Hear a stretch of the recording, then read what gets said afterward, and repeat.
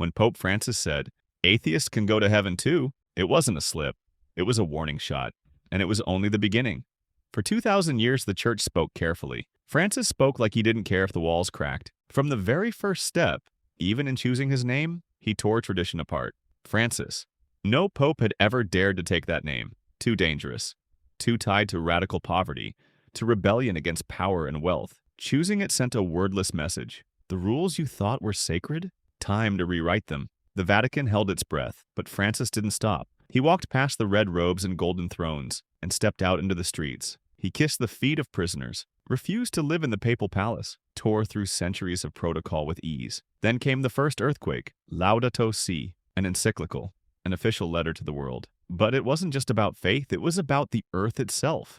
It wasn't a plea, it was a demand. Stop the destruction. Stop the greed. Stop worshiping profit over life. Francis wasn't just calling out sinners, he was calling out systems, corporations, governments, billionaires. He named enemies no one expected to hear from the mouth of a pope. The real scandal wasn't that a religious leader spoke about the environment. It was that he changed the whole frame.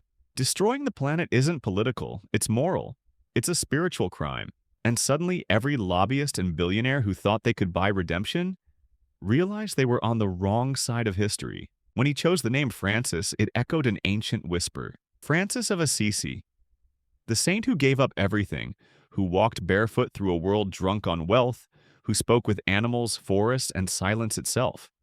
A saint so radical that even the medieval church trembled. Pope Francis didn't just honor that memory, he reignited it. If the Pope himself says salvation isn't about belief, it's about action. If the earth's cries, in his words, are louder than the grandest cathedrals, then the real question isn't who gets into heaven. It's whether we still deserve it. The most dangerous revolutions don't come with swords. They come with quiet choices that no longer fit into old systems. Sometimes to change the world, you just have to start living as if it's already changed.